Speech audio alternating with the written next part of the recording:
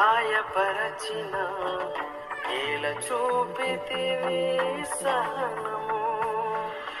ముఖముపై ఊసి ఏలన చేసిన ఏల పంచితివి కనికరము.